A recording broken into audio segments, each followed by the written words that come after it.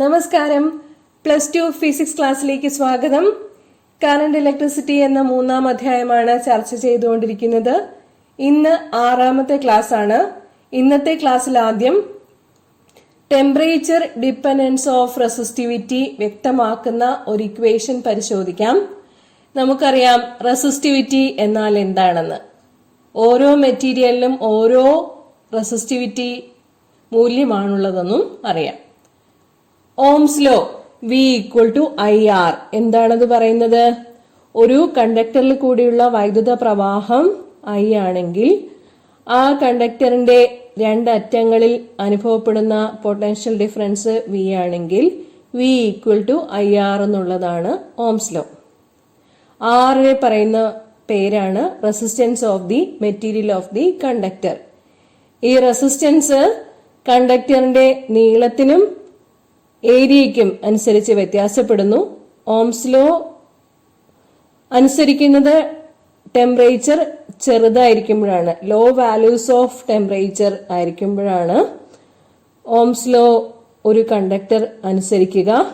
Ohm's law അനുസരിക്കുന്ന കണ്ടക്ടറുകളെ ohmic കണ്ടക്ടറുകൾ എന്ന് പറയുന്നു.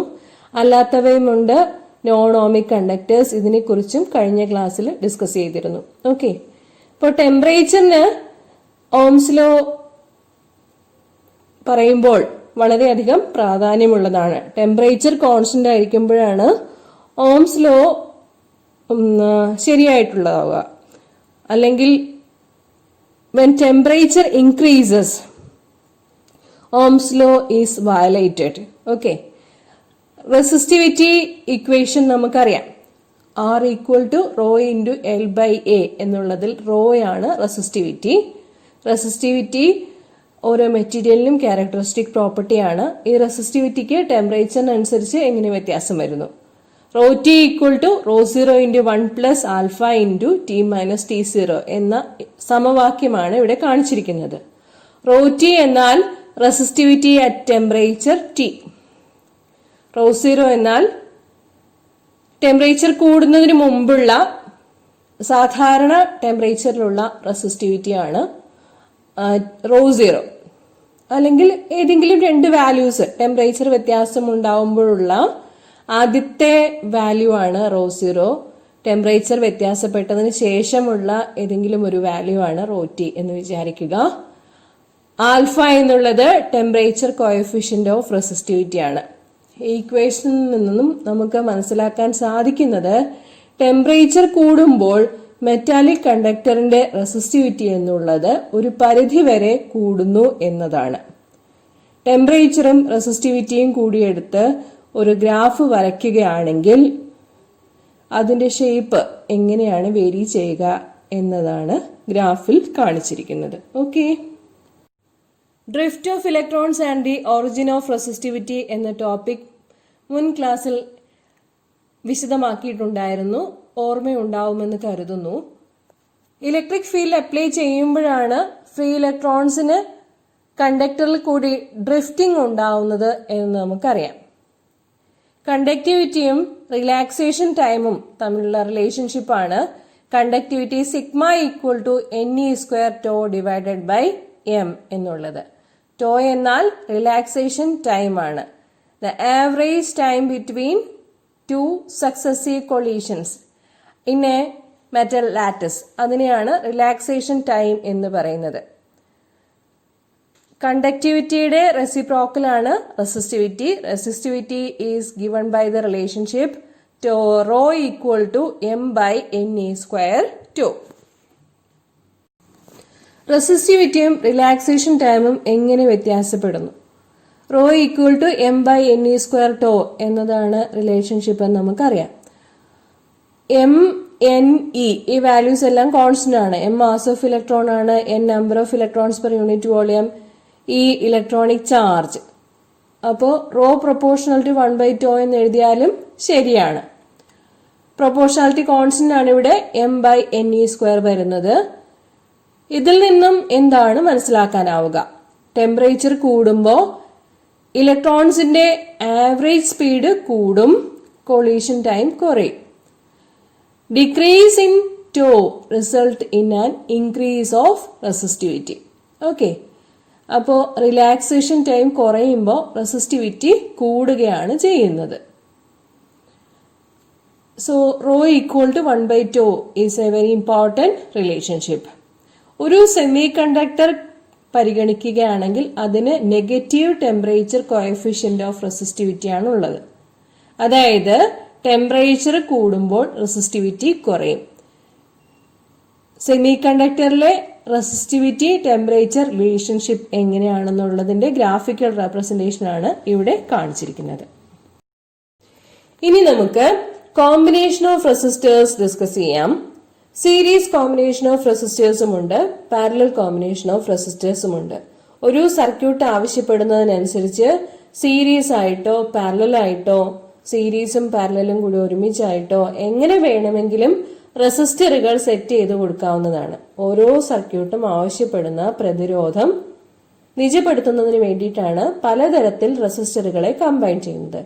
ഒരേ കറണ്ട് തന്നെ ഒന്നിലേറെ റെസിസ്റ്ററുകളിൽ കൂടി വേണ്ടി വരുമ്പോഴാണ് സീരീസ് കോമ്പിനേഷൻ പരിഗണിക്കുക. Okay, the same current I is considered through the resistors R1 and R2 when they are in series combination. Okay, ഇവിടെ കാണിച്ചിരിക്കുന്നത് series combination of R1 and R2 ആണ്. സർക്യൂട്ട് കംപ്ലീറ്റ് ആണ്.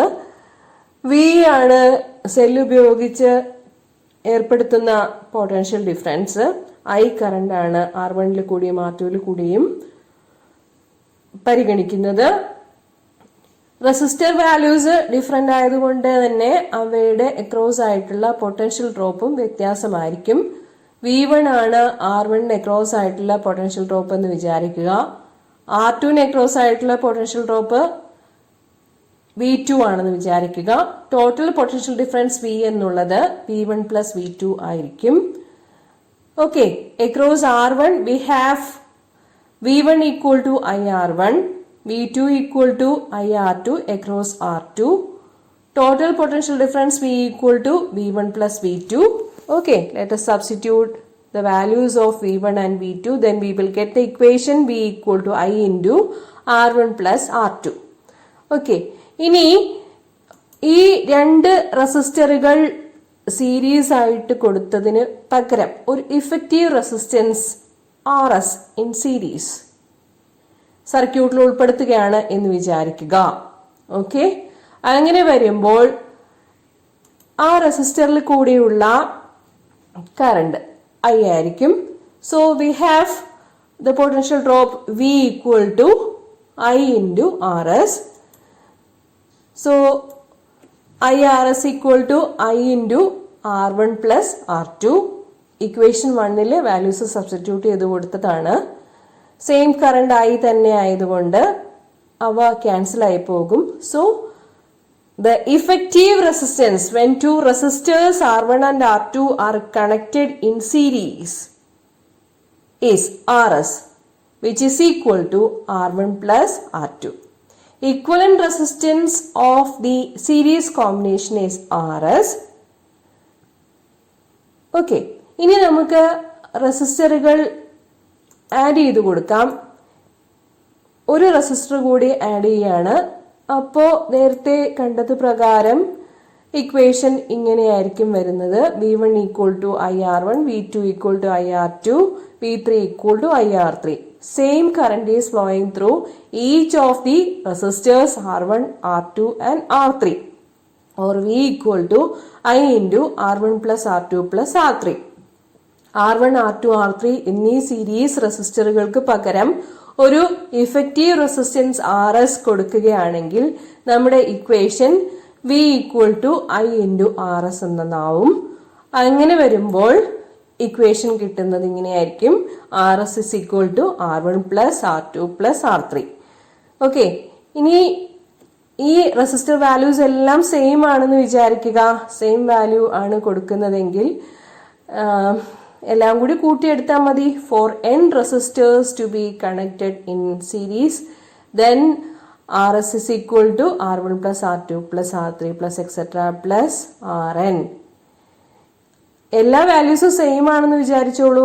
R1 equal to R2 equal to R3 equal to അങ്ങനെയാണെന്ന് ഓർത്തോളൂ. എല്ലാ വാല്യൂസും എല്ലാ resistance വാല്യൂസും same ആണെന്ന് വിചാരിച്ചാൽ n റെസിസ്റ്ററുകൾ ഉണ്ടെങ്കിൽ എന്തായിരിക്കും effective resistance? That is n × R ആയിരിക്കും. ഓക്കെ, അടുത്തതായി പറയാനുള്ളത് പാരലൽ കോമ്പിനേഷൻ ഓഫ് റെസിസ്റ്റേഴ്സ് എന്ന കാര്യമാണ്. പാരലൽ കോമ്പിനേഷൻ ഓഫ് റെസിസ്റ്റേഴ്സ് എന്ന് പറഞ്ഞാൽ പേര് സൂചിപ്പിക്കുന്നത് പോലെ തന്നെ റെസിസ്റ്ററുകൾ പാരലൽ ആയിട്ട് കൊടുക്കണം, സമാന്തരമായിട്ട് കൊടുക്കണം. അവയുടെ എൻഡുകൾ കോമൺ ആയിട്ടായിരിക്കണം കൊടുക്കേണ്ടത്.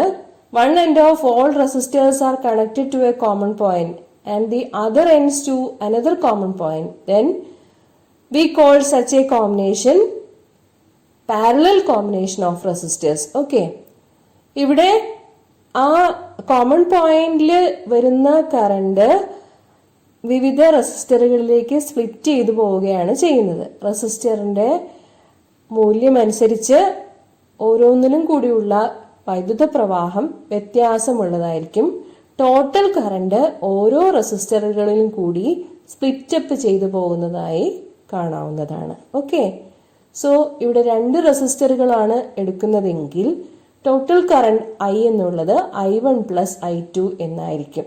ഓക്കെ, അപ്പോ എന്താ പൊട്ടൻഷ്യൽ ഡിഫറൻസ് സെയിം ആയിട്ട് വരുന്ന കോമ്പിനേഷനെയാണ് പാരലൽ കോമ്പിനേഷൻ ഓഫ് റെസിസ്റ്റേഴ്സ് എന്ന് പറയുക.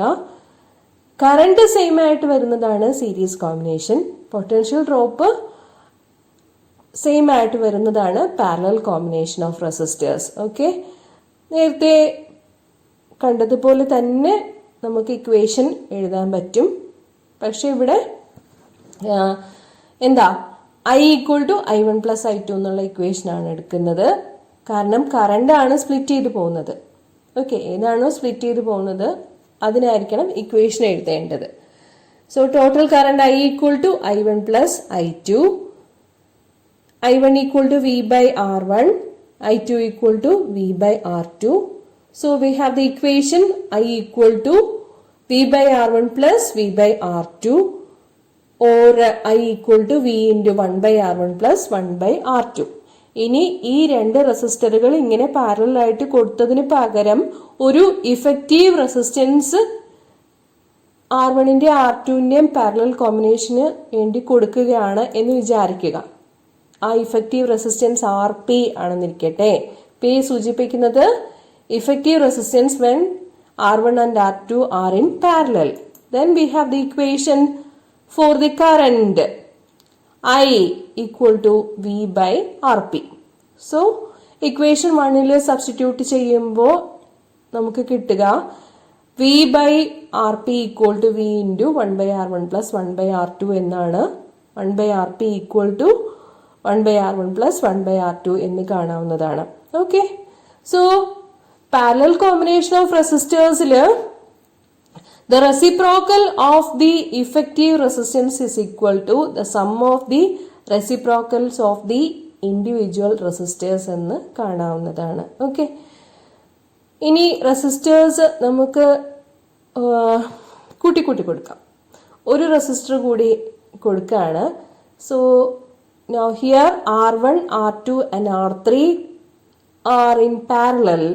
Then we have the equation 1/RP = 1/R1 + 1/R2 + 1/R2, 1/R3. Okay, 1/R1 + 1/R2 + 1/R3 = 1/RP. ഇനി n റെസിസ്റ്റേഴ്സ് ആണ് ഉള്ളതെന്ന് വിചാരിക്കുക. ഓരോന്നിന്റെ വാല്യൂസ് വ്യത്യാസമുള്ളതാണെന്ന് വിചാരിക്കുക. അങ്ങനെയാവുമ്പോൾ 1/RP = 1/R1 + 1/R2 + etc. + 1/Rn എന്ന് കാണാവുന്നതാണ്. ഈക്വൽ റെസിസ്റ്റേഴ്സ് ആണ് കൊടുക്കുന്നതെങ്കിലോ എന്താണ് ഇക്വേഷൻ വരുന്നത്? RS = N × R. N എന്നുള്ളത് എത്ര റെസിസ്റ്ററുകൾ സീരീസ് ആയി കൊടുക്കുന്നു എന്നുള്ളതിനെ സൂചിപ്പിക്കുന്നു. ഇനി n resistors, n equal resistors of R values are in connected in parallel, then RP = R/N. Okay, ഇതിന്റെ സീരീസ് വാല്യൂസിന്റെയും പാരലൽ വാല്യൂസിന്റെയും കൂടി റേഷ്യോ എടുക്കുകയാണെങ്കിൽ n റെസിസ്റ്ററുകൾ സീരീസിലും പാരലലിലും കൊടുക്കുകയാണെങ്കിൽ നമുക്ക് കിട്ടുന്നത് the ratio RS by RP equal to N square എന്നുള്ളതാണ്. ഇതൊക്കെ നമുക്ക് പ്രോബ്ലം ചെയ്യുമ്പോൾ വളരെ വ്യക്തമായി മനസ്സിലാവും. കറണ്ട് ഇലക്ട്രിസിറ്റിയിലെ പ്രോബ്ലംസ് മുഴുവനും ഓംസ് ലോനെ ബേസ് ചെയ്തിട്ടുള്ളതാണ്. സീരീസ് കോമ്പിനേഷൻ ഓഫ് റെസിസ്റ്റേഴ്സും പാരലൽ കോമ്പിനേഷൻ ഓഫ് റെസിസ്റ്റേഴ്സും ഓംസ് ലോയും വ്യക്തമായിട്ട് അറിയാവുന്നുണ്ടെങ്കിൽ എല്ലാ പ്രോബ്ലംസും വളരെ ഈസിയായി വർക്കൗട്ട് ചെയ്യാൻ സാധിക്കുന്നതാണ്. Okay, so series combination, parallel combination മുമ്പത്തെ ചാപ്റ്ററിൽ ഡിസ്കസ് ചെയ്തു പോയ കപ്പാസിറ്റേഴ്സിന്റെ കോമ്പിനേഷനുമായിട്ട് താരതമ്യം ചെയ്ത് പഠിക്കുക. അവിടെ സീരീസ് കോമ്പിനേഷനും പാരലൽ കോമ്പിനേഷനും എങ്ങനെയാണ് വന്നിരുന്നത്, അതിന് ഓപ്പോസിറ്റ് ആയിട്ടുള്ള റിലേഷൻഷിപ്പാണ് ഇവിടെ വരുന്നത്. ഓക്കെ, സീരീസിൽ റെസിസ്റ്റേഴ്സ് വരികയാണെങ്കിൽ RS equal to N into R. മറ്റെവിടെ എങ്ങനെയായിരുന്നു 1/C equal to 1/C1 plus 1/C2 plus 1/C3 എന്നായിരുന്നു വന്നിരുന്നത്. ഇനി പാരലൽ കോമ്പിനേഷൻ ഓഫ് റെസിസ്റ്റേഴ്സ് ആണെങ്കിൽ RP equal to 1/RP equal to 1/R1 plus 1/R2 plus etc plus 1/R എന്നുള്ളടുത്ത് capacitors parallel ആയിട്ട് വരുമ്പോൾ എന്താണ് ചെയ്യുക, കപ്പാസിറ്റർ വാല്യൂസ് ആഡപ്പ് ചെയ്തെടുക്കുകയാണ് ചെയ്തിരുന്നത്. Okay, so let us understand more about this series and parallel combination of resistors when we work out more and more problems. Okay, thank you.